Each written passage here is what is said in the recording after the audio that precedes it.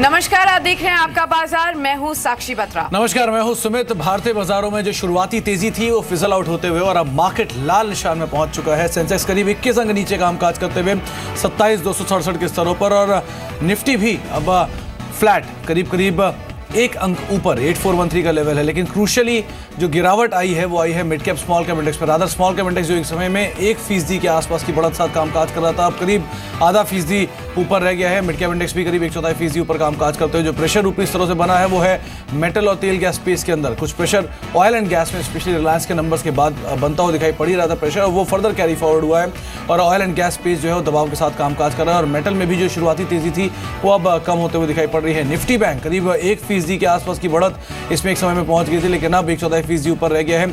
IT space अभी भी intact है, आधा फीसदी ऊपर कामकाज करते हुए 10225 के लेवल पर कामकाज हो रहा है। और ऑटो इंडेक्स में जो तेजी है वो अब पूरी तरह से वाइप आउट हो चुकी है। 9659 के लेवल पे ऑटो इंडेक्स कामकाज कर रहा है। तो मेजरली जो बाजार में ऊपरी स्तरों से बिकवाली आई है वो मिड कैप स्पेस में, स्पेशली ऑटो के अंदर, बैंकिंग के अंदर, मेटल स्पेस में, मेटल जो कि हरे निशान से लाल निशान में आ गया है, और उसके अलावा ऑयल एंड गैस जो कि शुरुआत से कमजोर था वो और ज्यादा अब गिरावट साथ कामकाज करता हुआ दिखाई पड़ रहा है। एब्सोल्युटली। सो ऊपरी स्तरों से हर सेक्टर में इस वक्त प्रेशर देखने को जरूर मिल रहा है, और ऐसे में आप अपने शेयर्स पर क्या कर सकते हैं जानने के लिए हमारे साथ हमारे साथ जानकार भी मौजूद रहेंगे आज के इस सेशन में। हमारे साथ सुमित बगड़िया होंगे और साथ ही विवेक करवा होंगे, जो कि आज के इस सेशन में आपके सभी क्वेरीज को एड्रेस करेंगे।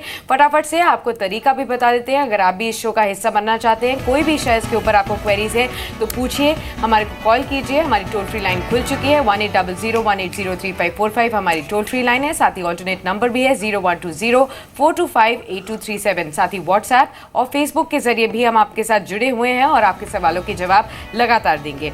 चलिए इसी के साथ शुरुआत कर लेते हैं सवाल जवाब के सिलसिले की। आज के पहले दर्शक भी हमारे साथ फोन लाइन पर मौजूद हैं। राय बरेली से अमर ने हमें कॉल किया है। नमस्कार अमर जी, पूछिए। Good morning madam. Good morning, बताइए। मैडम मैंने 120 शेयर खरीदे हुए इंजीनियर्स इंडिया लिमिटेड के। ठीक है। 120 share. All right. At the rate 158। ठीक है, और आपका नजरिया क्या होगा? Ma'am near about 2 month. 2 months का आपका नजरिया है। चलिए ठीक है, आपको राय दिलवा देते हैं। Sumit, good morning to you. सवाल सबसे पहला आप ही से होगा। इंजीनियर्स इंडिया लिमिटेड इन्होंने खरीद रखा है 158 के परचेजिंग प्राइस के साथ। फिलहाल 4 रुपये प्रति शेयर का इनको कुछ नुकसान हो रहा है। किस तरीके से अपनी स्ट्रैटेजी बनाएं आगे जाते हुए? हाय, गुड मॉर्निंग साक्षी। वेल देखिए, इंजीनियर्स इंडिया ओवरऑल एक अच्छा स्टॉक है, अच्छा कंपनी है, और ये यहाँ से एक अच्छा मूव भी दे सकता है। इमीडिएटली स्टॉक को देखेंगे तो इसने पिछले कुछ महीनों में एक बहुत अच्छा मूव दिया हुआ है, और यहाँ से लगता है कि आने वाले कुछ महीनों में एक अच्छी तेजी और देखने को मिलेगी। आई थिंक इसके ऊपर होल्ड की सलाह रहेगी।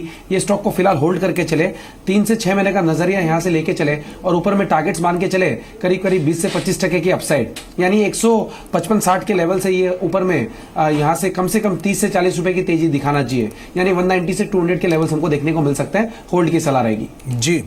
बने रहने की राय ईएल में आपको दी गई है। वैसे भी एक तरफा तेजी में आई है तो आप बने रहें। काफ़ी बज़ है पीएसयू स्पेस में, हो सकता है स्टेक सेल के मद्देनजर कुछ और तेजी भी बनते हुए दिखाई पड़े। पवन पांडे मौजूद हैं मुंबई से हमारे साथ। पांडे साहब नमस्कार। नमस्कार सर जी। नमस्कार। नमस्कार पांडे साहब, क्या सवाल आपका, पूछिए। सर मैंने ऑर्चिड फार्मा लिया हुआ है जी, और ये लिया था मैंने जुलाई 2015 में। ओके। और ये जो है ना, अभी जब भी मैंने लिया था 60 रुपया कुछ बाइंग था मेरा। ओके। तो अभी जो है काफी कम प्राइस है शेयर का, तो क्या करूं, मतलब क्या करना चाहिए मुझे? 100 नंबर शेयर है मेरे। ओके विवेक, बहुत ज़्यादा विकल्प नहीं है। 63 रुपये की ली हुई चीज़ 28 रुपये, यानी आधे से भी कम पर आ चुकी है।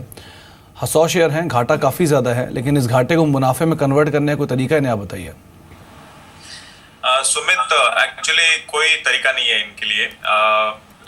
मतलब बहुत क्लियरली एक अंडर परफॉर्मिंग स्टॉक इन्होंने लिया है, और जो स्टॉक जो मतलब जब फार्मा बहुत अच्छा कर रहा था, ये एक ऐसा कंपनी निकला जो इनिशियली लगा कि हाँ भाई अच्छा करेगा, लेकिन उसके बाद में पूरा फिजल आउट हो गया।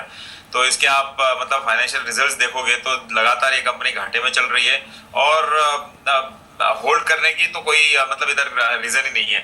लेकिन एक चीज है इनके, एक मतलब ये लकी निकले कि सिर्फ 100 शेयर है इनके पास और 60-65 रुपए में मतलब ज्यादा नुकसान नहीं हो रहा है इनको, मतलब value wise, I am not talking about percentage, value wise 6,500 रुपए अटके हुए हैं।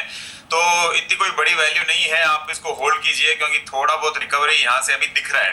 तो 28-29 रुपए में चल रहा है, हो सकता है ये 35 रुपए तक जा सके, उस वक्त आप निकल जाइए। तो डाउन साइड हो सकता है लिमिटेड हो, लेकिन अपसाइड भी यहाँ पे कोई मेजर नहीं होने वाला है। और अनलेस अदरवाइज कंपनी फाइनेंशियली बढ़िया नहीं करना चालू करे, ये स्टॉक कहीं नहीं जाने वाला है। तो आपको अगर 32 या 35 मिले तो निकल जाइए, तब तक होल्ड कीजिए। एब्सोल्युटली। चलिए, तो आपको फिलहाल होल्ड करने की सलाह दी गई है, कुछ हायर लेवल्स मिले तो वहां पर आप एग्जिट कर सकते हैं। अगले सवाल की तरफ बढ़ते हैं। हमारे साथ अगले दर्शक भी फोन लाइन पर मौजूद हैं। सहारनपुर से सनी ने हमें कॉल किया। नमस्कार सनी, पूछिए। मैम, मेरा क्वेश्चन सुमित सर से है। मैंने यूनियन बैंक 152 पे 1500 शेयर होल्ड कर रखे हैं 1 साल से।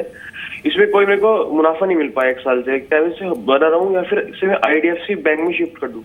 ऑलराइट, ठीक है, आप पूछ लेते हैं। सुमित आप ही को फॉलो करते हैं और आपसे जानना चाहते हैं कि बीते 1 साल के लिए उन्होंने पोजीशन होल्ड करके रखी यूनियन बैंक की 152 के लेवल्स पर, और उससे भी अब कम लेवल पर अभी ये ट्रेड करते हुए नजर आ रहे हैं 139 के लेवल्स पर। तो अब आगे की स्ट्रैटेजी क्या होनी चाहिए? क्या अभी भी यहाँ पर बने रहें, कुछ मुनाफे की गुंजाइश है, या फिर कहीं और स्विच करने की सलाह देंगे? और साथ ही IDFC बैंक पर भी जानना चाहते हैं, क्या वहां पर पोजीशन बनानी चाहिए इन स्तरों पर?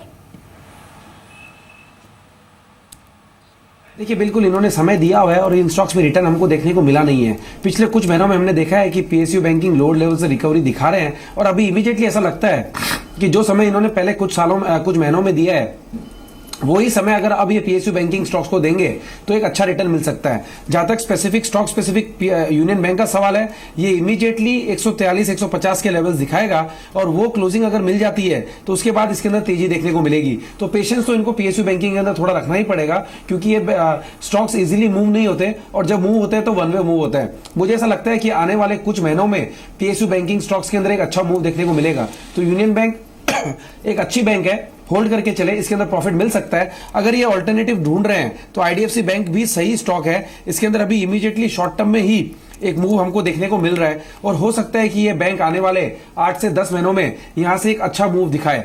IDFC बैंक के अंदर भी ये कुछ निवेश कर सकते हैं। 64 रुपए के आसपास ये ट्रेड कर रहा है। इमीडिएट टारगेट 75 से 80 के होंगे, उसके बाद हमको एक ट्रिपल डिजिट देखने को मिलेगा लॉन्ग टर्म में। तो निवेश करें IDFC बैंक के अंदर भी, और यूनियन बैंक के अंदर भी होल्ड की सलाह रहेगी। IDFC बैंक में आप नया निवेश कर सकते हैं, यूनियन बैंक में आप बने रह सकते हैं, ये आपको रणनीति का बताई गई है। और बैंकिंग स्पेस में वेल पोजीशन दिखाई पड़ रहा है IDFC बैंक, तो उसके अकॉर्डिंग अपनी पोजीशन को आप देख सकते हैं। दिपुन दास हमारे साथ मौजूद हैं शिलोंग से बातचीत करने के लिए। दास साहब नमस्कार। नमस्कार। नमस्कार दास साहब, क्या सवाल है आपका, पूछिए। मैंने 3,600 शेयर लिया है इंट्राडे पे, ये डेल्टा कॉप का। ओके। तो 137.37 पे मेरा बाइंग है। ओके। तो मैं क्या इसको होल्ड करूं शाम तक या क्या करूं? जी दास साहब, आपने जो आज खबर आई है उसके आधार पर इसमें निवेश किया? यस, आपका न्यूज़ देख के मैंने लिया था। चलिए, आपको लगता है गैंगटॉक में इसको जो कैसीनो मिला उसके बाद एक बड़ी तेजी की उम्मीद लगाई जा सकती है? यस, वही हिसाब से मैंने लिया है। ओके विवेक, डेल्टा कॉप क्रूशियल होगा इसके लिए आज का दिन, क्योंकि एक तरफ तो खबर है कि गैंगटॉक में इसको कैसीनो लगाने की मंजूरी मिली है, गैप अप ओपनिंग हुई, हालांकि सस्टेन नहीं कर पाया ऊपर लेवल से और टूट गया शेयर। इन्होंने खरीदारी थोड़ी ऊपरी स्तरों पे कर ली इंट्राडे के लिए, लेकिन अभी भी इनके पास एक फेयर चांस है, क्योंकि अभी इसके नंबर्स भी आने वाले हैं। तो क्या करें, इन नंबर्स को वेट करें या फिर पहले निकल जाए इसके अंदर, या आपको लगता है कि बहुत स्टीम नहीं बाकी है, ऑलरेडी रनअप आ चुका है, आप कुछ ना करें, इसमें से बाहर निकल जाए, ज़्यादा बेटर है? सुमित, इसमें मैं इन्वेस्टर्स को 2 कैटेगरी में डिवाइड करना चाहूंगा। एक तो ऐसा कैटेगरी जो मतलब थोड़ा बहुत रिस्क ले सके, मतलब delta Corp high volatile stock है, हाई बीटा स्टॉक है और काफी रिस्की स्टॉक भी है, ये तो मानना पड़ेगा। तो आप अगर रिस्क लेने के लिए तैयार हो और long term, absolute long term wait करने के लिए तैयार हो, क्योंकि ये ऐसी स्टोरी मैं आपको 1-2 एग्जाम्पल भी दूंगा, इमीडिएटली अनफोल्ड नहीं होती है, बहुत धीरे धीरे अनफोल्ड होती है। तो अगर कोई लॉन्ग टर्म के लिए वेट करना चाहे तो इसको जरूर होल्ड कर रख सकते हैं। इनफैक्ट ऑन एवरी डिप आप बाई भी कर सकते हो एब्सोल्यूट लॉन्ग टर्म। अब एब्सोल्यूट लॉन्ग टर्म का डेफिनेशन मेरा यहाँ पे 10 साल से ज्यादा होगा। फॉर एग्जांपल बताता हूँ, ऑयल कंपनीज में क्या होता था, पेट्रोलियम पूरा डीरेगुलेटेड होता था, उसके बाद में जब इन्होंने डीरेगुलेशन किया सारी HPCL, BPCL, IOC 2 गुना से लेके 4 गुना भागी है। तो सेम वे एक कैसीनो एक ऐसा सेक्टर है जो सोशल इम्पैक्ट भी करेगा, लेकिन ये धीरे धीरे लोग मतलब एक्सेप्ट करना चालू करेंगे। तो जैसे जैसे गैंगटॉक तो एक छोटी जगह है, जब इसको परमिशन मिले मुंबई या बड़े बड़े शहरों में, उस दिन ये स्टॉक कहीं मतलब आप पकड़ नहीं पाएंगे, वैसा है। तो उसमें एब्सोल्युटली टाइम लगेगा।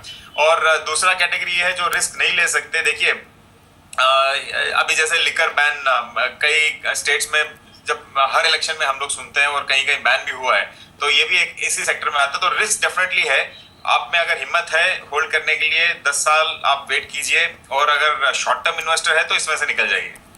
जी चलिए, डेल्टा कॉक के संदर्भ में भी आपको यहाँ पर राय मिल चुकी है। अगले सवाल की तरफ बढ़ते हैं। बठिंडा से हमारे साथ अमरजीत जी फोन लाइन पर जुड़े हैं। नमस्कार अमरजीत जी, पूछिए। नमस्कार मैडम जी हाँ जी मैडम, मैं यहाँ HPL इलेक्ट्रिक लिया हुआ है, 150 शेयर हैं 115 करोड़ से। क्या मुझे 150 का टारगेट इसमें दिख सकता है आने वाले दिनों में? चलिए, 1 से 2 महीने का ही समय है आपके पास, या कुछ और समय भी दे सकते हैं? लॉन्ग टाइम तो नहीं मैडम, बस जैन और फैब का नहीं दे सकता हूँ। चलिए ठीक है, आपको राय दिलवा देते हैं। सुमित जी, 150 का ये टारगेट अपना इंटरनल रखा हुआ है इन्होंने HPL इलेक्ट्रिक को देखते हुए, लेकिन क्या आपको लगता है जिस तरीके से 6 महीने और 1 साल में हमने इसकी चाल देखी है, नीचे की ओर ही गई है, और आज भी अगर आप देखें 2.5% नीचे ये ट्रेड कर रहा है, क्या 2 महीने में इस तरीके के लेवल्स देखे जा सकते हैं यहाँ पर? देखिए साक्षी, इमीडिएटली अभी जो ये लेवल्स पे चल रहा है HPL, ये प्रेजेंट लेवल से थोड़ा सा करेक्शन दिखाएगा, जिसके अंदर ये शायद 105 या फिर 100 रुपए के स्तर दिखा सकता है। ये तो हुई बहुत शॉर्ट टर्म की बात, 10 से 15 दिनों की बात। ओवरऑल इनको थोड़ा समय नजरिया बढ़ाना पड़ेगा। 1 से 2 महीने से समय बढ़ा के इनको 3 से 6 महीने का नजरिया रखना पड़ेगा HPL के अंदर। ये स्टॉक में फ्रेश तेजी 120-122 का लेवल टूटने के बाद ही देखने को मिलेगी। जब भी ये स्टॉक ऊपर में 120-122 के ऊपर क्लोजिंग देने में सक्षम हो जाएगा, तो ये एक मूव दिखाएगा जिसके अंदर ऊपर में हमको 140-150 तक के लेवल्स देखने को मिल सकते हैं। तो इनको सबसे पहला लेवल जो वॉच करना है वो है 122 के ऊपर क्लोजिंग बेसिस पे ये ब्रेक कर दे विद वॉल्यूम्स के साथ, तो 140-150 के लेवल्स देखने को मिलेंगे। नजरिया थोड़ा सा लंबा रखना पड़ेगा, और शॉर्ट टर्म में अगले 20 से 25 दिनों के लिए तैयार रहें। 100 रुपए का लेवल या शायद 95 तक के लेवल्स देखने को मिल सकते हैं। लॉन्गर टर्म नजरिए के हिसाब से होल्ड की सलाह रहेगी। जी, तो आपको लंबी अवधि का नजरिया अगर आप रखते हैं तो इसमें आप बने रह सकते हैं, या रणनीति दी गई, लेकिन छोटी अवधि के लिहाज से अपनी पोजीशंस को आप दोबारा रीचेक कर सकते हैं। डे लो के आसपास शेयर कामकाज कर रहा है। एक छोटे से ब्रेक का वक्त हो गया, लेकिन जाने से पहले 2-3 लिकर स्टॉक्स पे आप नजर डालिए। पहले तो एक रेडिको खैतान एक स्पाइक्स में आया है, खरीदारी कुछ देखने को मिल रही है। 1.5% के आसपास की बढ़त आई है, 2 रुपये ऊपर एक कामकाज कर रहा है 120 के स्तरों पर। यूनाइटेड स्पिरिट्स आज सुबह से ही तेज है, 3-3.5% ऊपर कामकाज करते हुए 2021 के स्तरों पर है। और यूनाइटेड ब्रिवरीज में भी एक बाइंग आई है, हालांकि बहुत ज़्यादा तेजी नहीं है, लेकिन हाँ फिर भी करीब 1.5% ऊपर है, 821 के स्तरों पर आ चुका है। तो लिकर स्टॉक्स दोबारा स्टीम पकड़ रहे हैं।